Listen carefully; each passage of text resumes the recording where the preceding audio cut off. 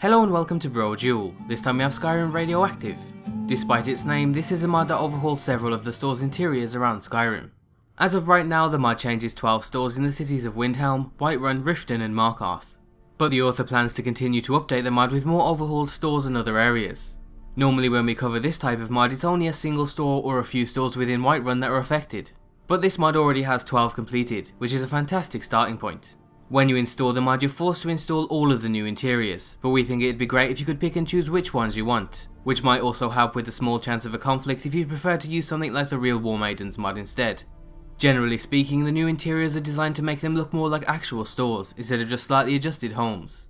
To achieve that, it makes several adjustments depending on the type of store, as well as the owner and the history or dialogue that describes the store. One example is that several stores make clever use of metal bars to corner off certain areas where it makes sense. For example in the Windhelm Smithy, where the work area is cut off.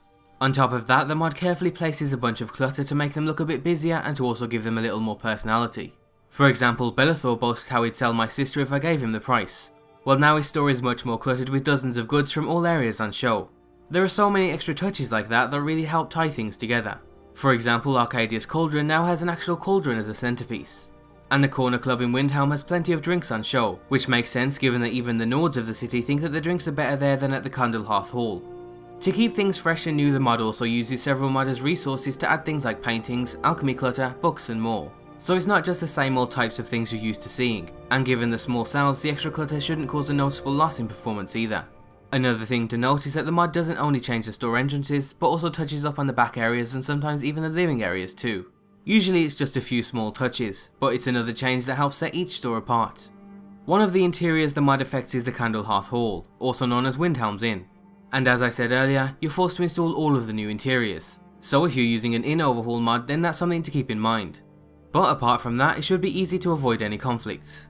Although if you do decide to uninstall the mod for any reason, then be sure to save it outside the stores. Otherwise you'll end up with dozens of items all over the place. In the video we've shown you all of the new store interiors, but there's still a few extra details that a video like this can't really show. But that just means there's more for you to discover for yourselves in game. So to try it out you can find a link in the description, and as always be sure to leave an endorsement on any mod you enjoy, and thanks for watching.